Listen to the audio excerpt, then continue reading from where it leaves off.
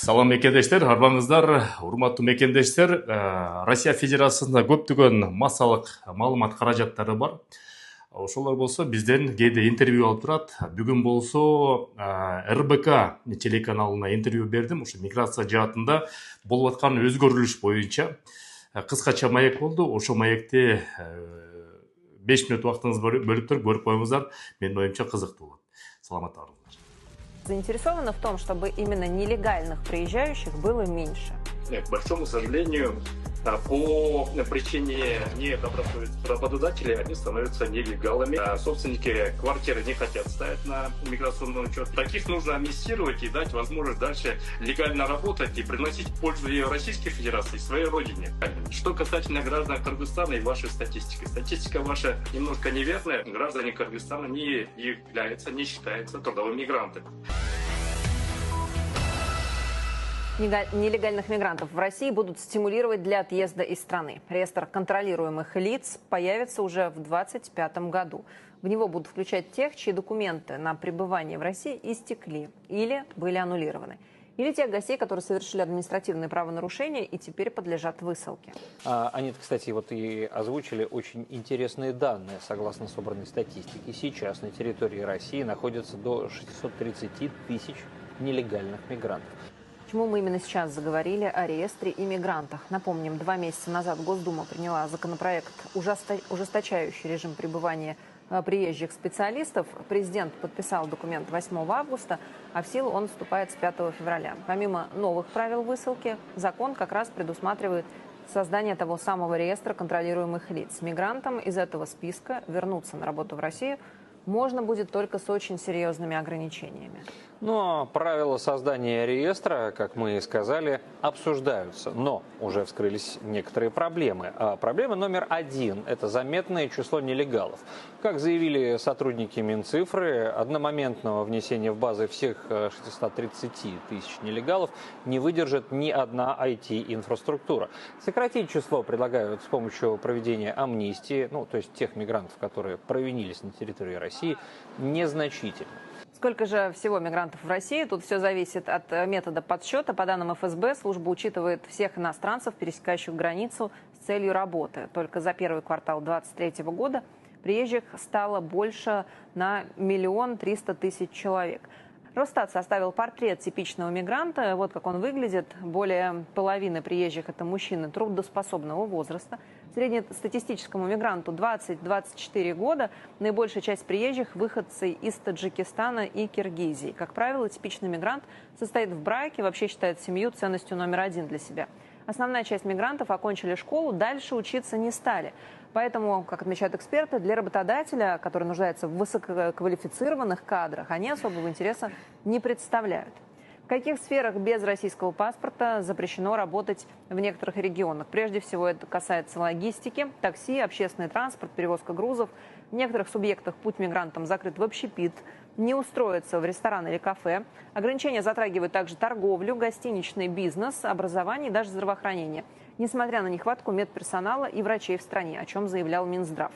Новые правила в регулировании миграции обсуждаем с экспертами. К нам подключается Вячеслав Поставнин, руководитель Международного центра аналитических и практических исследований миграционных процессов, и Кубанбычепек Османбеков, председатель киргизской диаспоры в России. Господа, здравствуйте. Приветствуем вас. Здравствуйте. Вячеслав Александрович, для начала, наверное, хотелось бы вообще цифры оценить. 630 тысяч нелегальных мигрантов по данным МВД. Это вообще много или мало? Динамика в какую сторону идет? На мой взгляд, эти цифры, конечно, занижены достаточно серьезно. Да? Я помню, последние хорошие исследования, вы не поверите, хорошие исследования проводилось в 2002 году. Вот, тогда провели исследование под руководством такого нашего главного специалиста, миграционщика Жанны Антоновны Занчковской, вот, и определили где-то порядка 3 миллиона нелегальных мигрантов, ну, не скажем, не то, что нелегальных, а незаконно находящих, или находящих с нарушением миграционного законодательства. Вот. После этого мне неизвестно, что проводилось какое-то более-менее серьезное исследование. Это первый вопрос. Второй вопрос. У нас до сих пор нет нормальной информационной системы, которая бы учитывала всех иностранных граждан. Работающих, неработающих, отдыхающих и так далее. Вот тогда мы могли бы сказать точную цифру. Поэтому у меня это вызывает некоторые, так сказать, сомнения. Кубанычбек, скажите, пожалуйста, а диаспора заинтересована в том, чтобы именно нелегальных приезжающих было меньше? И какая работа в этом направлении проводится? Ну, в первую очередь, что касательно нелегальных мигрантов. То есть они пребывают на территории Российской Федерации вполне легальными, потому что они проходят таможенные процедуры, их на миграционный учет ставят МВД. К большому сожалению, по причине недобросовестных работодателей они становятся нелегалами, то есть люди не хотят, их трудоустраивают официально, либо собственники квартиры не хотят ставить на миграционный учет, и, к большому сожалению, по прибытию Российской Федерации становятся люди нелегальными. Что касательно граждан Кыргызстана и вашей статистики. Статистика ваша немножко неверная, в первую очередь, граждан Узбекистана на первом месте по числу мигрантов. Далее идет граждан Таджикистана, Кыргызстан стоит только на третьем месте. Что касательно граждан Кыргызстана, в рамках Евразийского экономического союза граждане Кыргызстана не являются, не считаются трудовыми мигрантами. По классификатору ЕЭК они считаются трудящимися. И по этому поводу те ограничения, которые вы ранее показывали, таксистов, сферы образования и тех работ, которые ведутся ограничения 5 февраля 2025 года, граждан Кыргызстана, так как члены Евразийского экономического союза, не касаются. Мы заинтересованы, чтобы наши граждане находились здесь легально, официально, трудоустроились. Мы заинтересованы в том, чтобы работодатели официально их оформляли, а собственники квартиры официально их регистрировали, потому что ответственность несет здесь, к большому сожалению, иностранный гражданин, если он не стал на миграционный учет, здесь вплоть до выдворения. Мы хотим, чтобы люди услышали, чтобы привлекать к ответственности не только иностранных граждан, но и работодателей, в первую очередь, и собственников квартир, которые не желают ставить на миграционный учет. Тех мигрантов, которые, вот в публикации было, совершают преступления, массовые драки, мы против таких.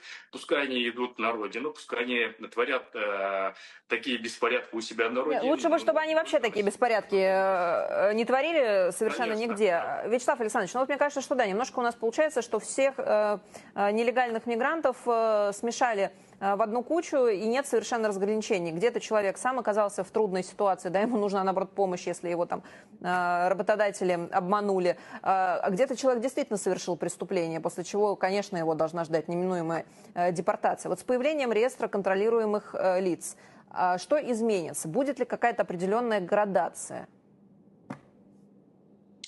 Вы знаете, вы совершенно правильно сказали. Вы меня просто удивляет. Знаете, у меня такое ощущение, что вы разбираетесь с миграцией лучше, чем, собственно, наши профильные ведомства.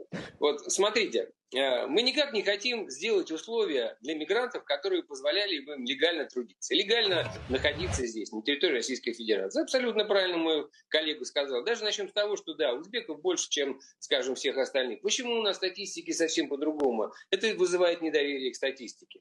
Да, действительно, киргизские работники, они, собственно говоря, в соответствии с соглашением, да, о свободном перемещении труда и капитала, они должны совершенно спокойно перемещаться без всяких проблем. Однако их часто не делят, в общем-то, собственно говоря, между таджиками и киргизами правоохранительные органы. Да, Вячеслав Александрович, я просто хочу уточнить, извините, да, мы оперируем данными Росстата, вы совершенно правильно сказали, да, и вот я еще раз посмотрел, перепроверил, за первую половину вот этого года, 2024, зафиксированные цифры Росстатом. За полгода ПМЖ в Российской Федерации получили в большинстве своем граждане Таджикистана, по данным Росстата, 21 тысяча из 29. Вот. Я просто хочу эти цифры еще раз произнести. Да, ну, вы позволите мне продолжить? Пожалуйста, будьте любезны. Да, вот теперь да, коснемся. Ну, в общем, со статистикой у нас не все в порядке, всем уже очевидно. Вот, давно уже очевидно. Теперь мы вернемся к вот этому самому реестру для контроля нелегальных мигрантов. Это опять, ну, что это значит, да? Ну, запретят этим людям, там, скажем, открывать счет в Сбербанке, например, или в любом другом банке. покупать билеты, скажем, в какой-нибудь переезд в другой город, там, вот, проходить какие-то социальные мероприятия, например, идти там в школу, идти или, например, там, в медицинское учреждение, если такую систему создадут. То есть речь идет о том, чтобы парализовать вообще нормальную социальную деятельность мигранта, чтобы он сам сказал, что я уезжаю, там, все, я жить здесь не могу. Вот. Но это же опять вопрос. Смотрите, мы опять хотим создать этим людям неудобства. Вместо того, чтобы создать условия, чтобы они легко входили на рынок труда. Знаете, вопрос в том, что у нас свободный въезд. Тем самым мы говорим: ребята, приезжайте к нам, у нас есть работы много, у нас свободный въезд, все. А они сюда приезжают, и мышеловка захлопывается. И это нельзя, и то нельзя. И они становятся незаконными, и, нелегалами трудно сказать, они легально приезжают, они становятся нарушителями миграционного законодательства. Это неправильно вообще. Это говорит о том, что у нас есть избыточные бюрократичные процедуры, которые приводят, собственно говоря, к нарушению этого сложного, запутанного миграционного законодательства. Поэтому я начал. Вот Александр Владимирович Горовой, первый замминистра внутренних дел, вот, совершенно справедливо сказал, надо провести амнистию, чтобы начать с того, чтобы провести амнистию. Вот это вот мудрое и грамотное решение. А потом уже ужесточать все правила пребывания. Создайте понятные и легкие правила. Да, позвольте уточнить. Вот я знаю человека, который русский, но родился еще в советское время на территории, условно, Казахстана. Да, и он неоднократно говорил, что с радостью переехал бы в Россию и мог бы приносить пользу обществу, но он реалист и прекрасно понимает, что не имея поддержки, без родственников России, у него их здесь нет, к сожалению. Он здесь хлебнет столько горести и трудностей там, в процессе переезда, оформления документов, трудоустройства и так далее. Но он прекрасно видит и прекрасно знает, что люди, не знающие толком русского языка, но желающие жить на пособие и работать разнорабочим на стройке, получают гражданство быстрее него во много раз. Почему так происходит у нас?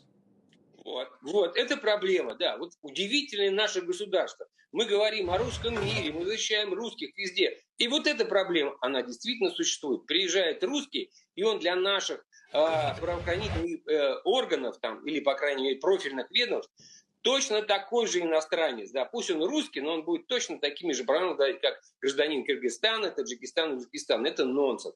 Это называется, надо вводить программу или закон о репатриации русских, который ввели там, да, и Германия, и Израиль, и Казахстан, и Венгрия. Господи, кого только нет. И Япония, да. А мы никак не хотим сделать закон о репатриации русских, прежде всего русских. Не обязательно русских, туда можно войти и якуты, и чеченцы, все народности, которые проживают на территории Российской Федерации и не имеют своего государственного образования. Вот только Константин Федорович Затулин, один депутат, который об этом заботится и как-то переживает о соотечественниках. Все. А остальные как будто их не видят, как будто их нет. А между прочим... Был подписан указ о создании там, института репатриации, вот как раз 2024 года должен был заработать. Что такое... Да, об этом 20 лет говорят, и наконец-то мы увидели в законе слово «репатриация», не более того. Кубанбек, скажите, пожалуйста, на ваш взгляд, какие правонарушения не должны приводить к депортации и запрете на въезд в Россию? И действительно, какие правонарушения могли бы быть под амнистию подведены? Ну, во-первых, те правонарушения, юридическим термином это называется 18.8, человек неправильно стал на миграционный учет, либо же сотрудник правоохранительных органов МВД в данном случае не ввел в базу этого человека, или же человек, допустим, снимает квартиру, а хозяин, собственник квартиры не может поставить в миграционный учет. Опять же, здесь закон говорит о том, что если два правонарушения человека можно будет депортировать, но это может быть и ремень водительский, это может быть таксист не включил фару в машине, у него уже 2 административных штрафа, к большому сожалению, он уже в категории выдворяемых. Тех людей, которые нарушают действительно серьезные правонарушения, такие люди и нам не нужны, пускай не позорят свой народ, пускай уезжает на родину, таких нужно смело депортировать. И я говорю о значительных таких более масштабных преступлениях. А те люди, которые вот по незнанию, по случайности, по неосторожности, но он законопослушный гражданин, нарушил правонарушение, опять же, к большому сожалению, по бюрократическим соображениям вообще структуры государственной, таких нужно амнистировать и дать возможность дальше легально работать и приносить пользу и Российской Федерации, и своей родине. К нам обращаются очень много работодателей. Каждую неделю по сотне рабочих просят, не хватает рабочей силы по всей России, повсеместно. Господа, спасибо вам большое. Огромное Я так спасибо. понимаю, что Мы вся вас эта благодарим. миграционная тема до сих пор достаточно активно обсуждается. Детали будут еще появляться, а мы будем возвращаться с ними в эфир. Это был ЧЕС. Прощаемся с вами до завтра. До свидания. Урматтуу мекендешим, эми кайрымдуу болуу оңой эле. Биздин активист мырзалар, уюлдук операторлор менен биргеликте кайрымдуу мекендеш долбоорун ойлоп чыгарды. Баарыбыз телефон менен сүйлөшөбүз, бекер эле акча коротобуз. Ушул мырзалар сунуштап жаткан уюлдук оператордон 555 рубльдан турган безлимиттик тарифин колдонсок, ошонун 20% муктаж болгон, ооруп жаткан, операцияга муктаж болгон мекендештерге кетет. Сурап берүү телефондору +7 900 155 15 15, +7 900 144 14 14. Кайрымдуулукту бирге кылып туруп, кайрымдуу мекендеш долбоорун колдоп коелу мекендештер.